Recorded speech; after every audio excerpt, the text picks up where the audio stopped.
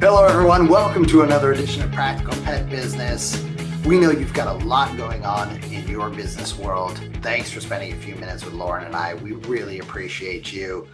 Lorin, I know we've been having a lot of conversations recently with our friends in the pet business world about trade shows and events and all the different things that pull at their time, their resources, their money. What matters most as you consider these things? Because there's a lot of them these days. Oh my gosh. So, it's interesting. I had a conversation at a trade show with a gentleman about this particular gentleman, his company. It's his company, and he goes to every trade show, international, national, doesn't matter if it's industry, pet industry, he's at it.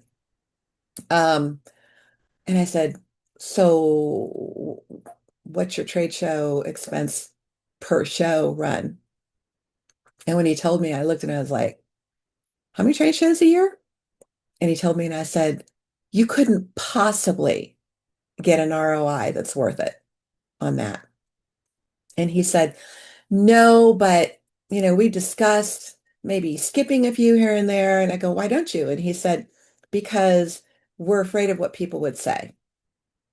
They would think the business is doing poorly, we're suffering, something's going on, we don't have a presence. And I said, but it's all about the spin. So let's look at it this way. If you did this show this year and that show next year, so that you skipped each show once a year, what could you do with that money that you would have spent on the show? And he said, excuse me, I could put an end cap in every single business. Wow. Yeah. That's quite a statement. Yeah. I was shocked. I said, how many businesses are we talking? Thinking 100. It was in the five-digit mark. Wow. That's a lot. That is and the thing about that too, that strikes me is when you say, well, if we don't go, it indicates to the market that there's trouble with our business. And folks, that's just not the case anymore. Um, there are very few good things that came from COVID, but one of those is that the trade shows and the constant events and the pressure to be at every single one of them, it showed that, hey, we didn't have them for a while and the businesses were fine. They found new ways to connect, new ways to get out. When you're telling me an end cap in that many stores, that is really wild. That And is, he said he'd have money left over. And I looked at him and I was like, I think you need to rethink your trade show yeah. expenditures because it's a company that had been around a very long time. So I said, so how many new customers are you getting? He goes, it's really not about new customers anymore. It's about making sure that we provide stability for our existing customers. I said, there's other ways to do that. I said, you don't have to be at the trade show to do that. You could turn this around into a positive event, like with the end caps. I mean, Yeah. think about that. What a positive experience that would be for that particular retailer to have that kind of Well, support. and the other thing about that is ROI is not just about, the sales. Right, About, exactly. look, am I getting the return on the time commitment, the shipping of things, the disruption to my everyday activities? And vendors, if you're not factoring in, it hits your customers the same way it hits you. So there's a factor they've got to put into that. That's a miss in the thought. I get it. I mean, I definitely understand the ROI, the relevancy argument. I think those are very important. I certainly go to a number of trade shows every year for what I do, and I think that um, what's really interesting is I try and get a consensus after each show from those who attended, Me too. vendors, and then from the attendees. And there is often a huge disconnect in the experience and the value Hmm. that folks put to it.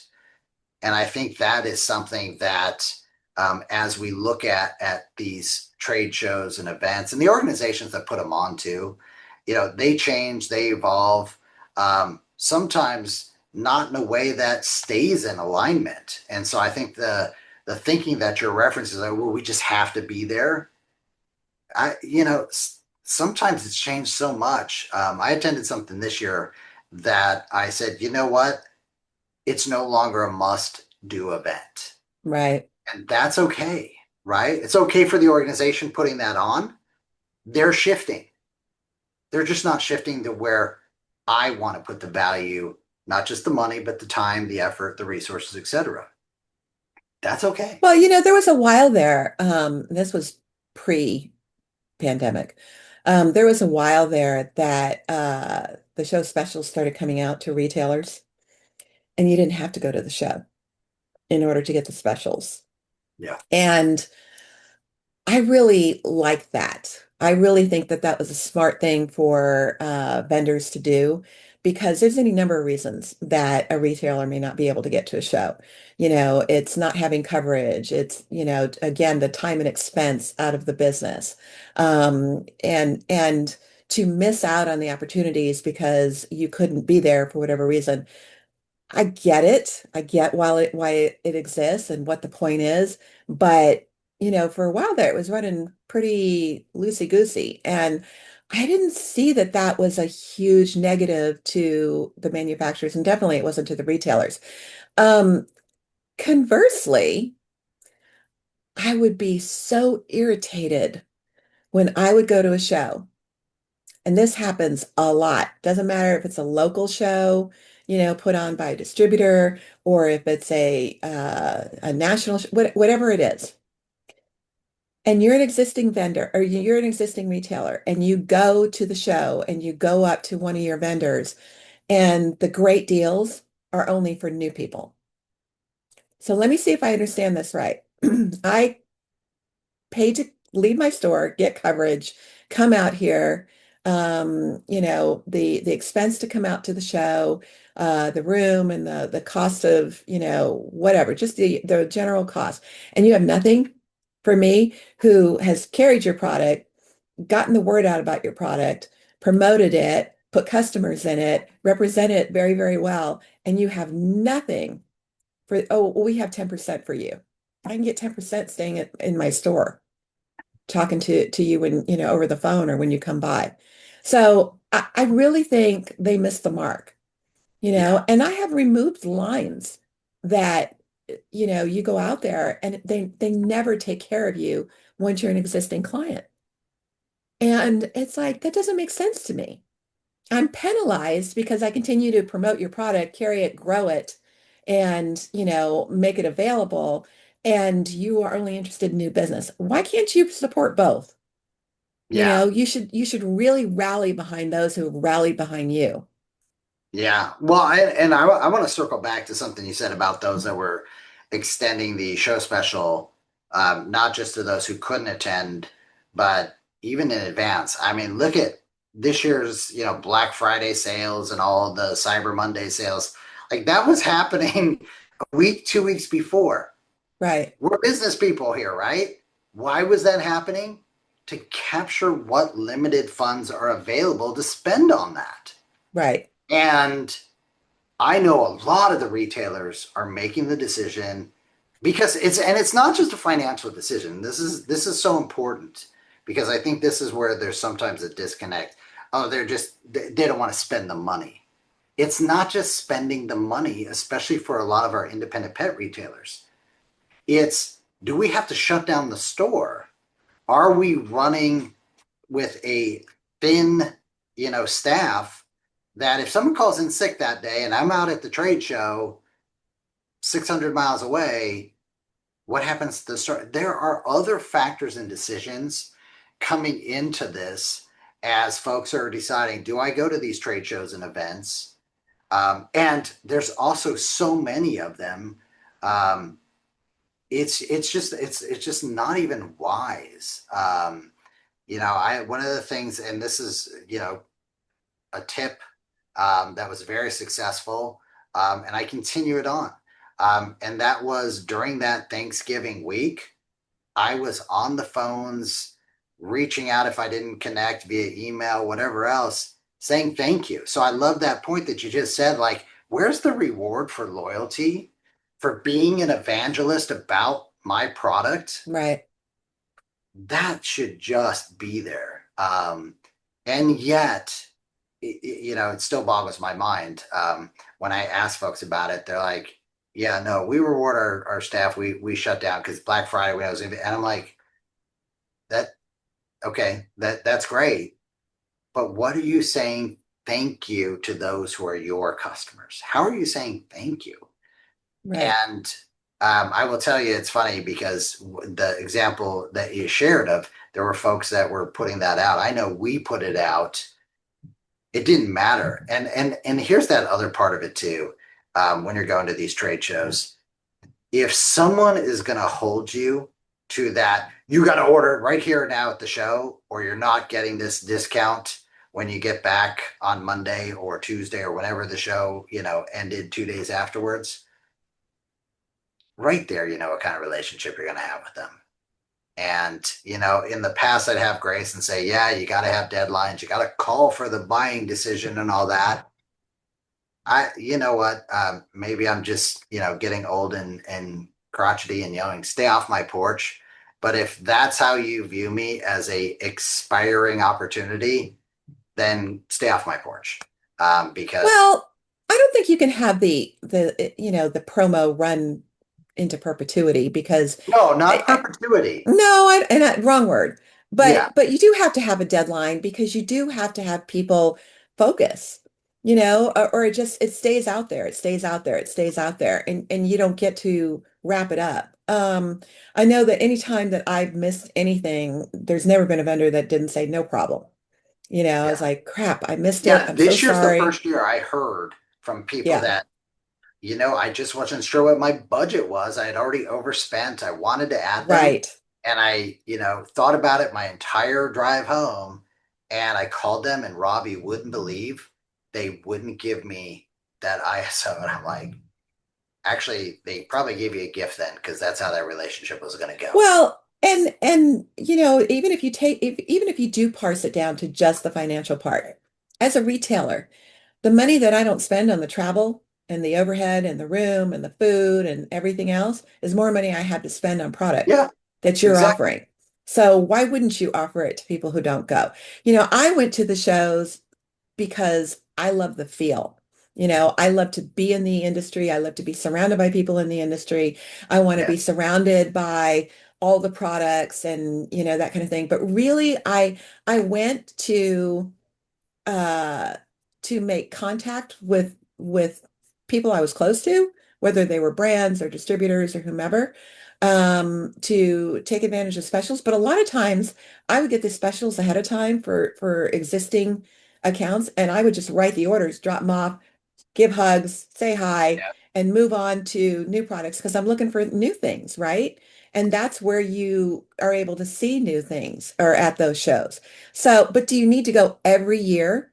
It depends on the kind of store you have. It depends on, what's going on. Is there enough new stuff? Is it worth it? And you and I did an episode a while back where you talked about, the rehash with different packaging of so many of the same things. And that is not worth it. Just because it's provided by somebody new with a different package on it, but it's the same chicken, beef, and turkey, whatever. It's like, well, I already have this relationship with this company. Why do I want to add another version and split up, the same pie into more pieces? That doesn't make sense. I'm not growing my business that way. Yeah. And and I think that, the shows of late, I'm not seeing enough new to really warrant going every year. Well, the other thing I'm seeing is the expansion of the same at the expense of other parts of the shows that made it a all-in show, or there was the exposure to things that I might not get. And so I'm also seeing a shuffling within the trade show industry in particular, where it was like, why go to this one? Because it's got all of these different things, and I can get information, education, products, new products, legislate, all these things are going on. And I will say the evolution that I'm seeing here is there are things being dropped from those shows, entire shows being Right. dropped in 26, that are certainly telling folks it's changing. And if Yeah. it's changing, it's the perfect time for you to figure out if it's changing for your needs. Right. Well, if you drop areas that, if a show drops areas that they don't think are key or critical, or because they want to refocus that attention in another direction, that doesn't necessarily align with what my needs are. Right. If I'm only going to go to one show and spend my available funds for that show, I want to see everything I can in that show. Don't make me go to another one. Don't say, well, you can't have this portion of this show any longer because we're going to direct it over here. And then I have to go to that one. I don't want to go to that one. I want to see a little bit of that in the show I'm already going to.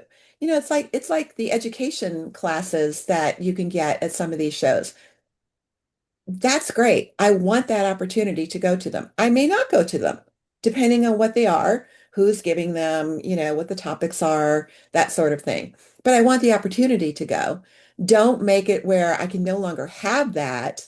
And now I have to figure out where I need to go in order to get those things. To divide it up is not serving the interests of everybody. And, I also think that there's a way to generate funds differently for the shows, by doing that. And I don't really like that either. I want more bang for my investment, more bang for my time and energy and, financial commitment to going, or I'll just stay in my store and, I'll pick from a catalog. You can bring me the sheets and I'll write my orders and give them to you and we're good. Well, and everything's going up. I think of the story and the conversation you and I had about um, fresh fruit costing what it cost, and Oh, God. you and I just going, my goodness. So everything's changing. We know you've got a lot of things that you're looking at, trade shows, events, education opportunities, all of these different things, certainly going to be different and evolve each year. How are you viewing things? Let us know. Send us an email, practicalpetchat@gmail.com. If you've got some thoughts on, hey, these are the key things I'm looking for, or these are the must-do events. And I'd love to see that, because I'm of the personal belief, Lorin, that I don't believe there are any must-do events anymore. I think I there are know. should do events, want to do events. Don't know that we still have those. You have to do this one. Right. And That's okay. But as always, folks, thank you so much for joining us. We know you've got so much going on. You're making a difference. Keep making a difference. I hope that Lorin and I add to your difference making abilities. Share us with a friend this week. Thanks for joining us again here on Practical Pet Business. Thanks, guys.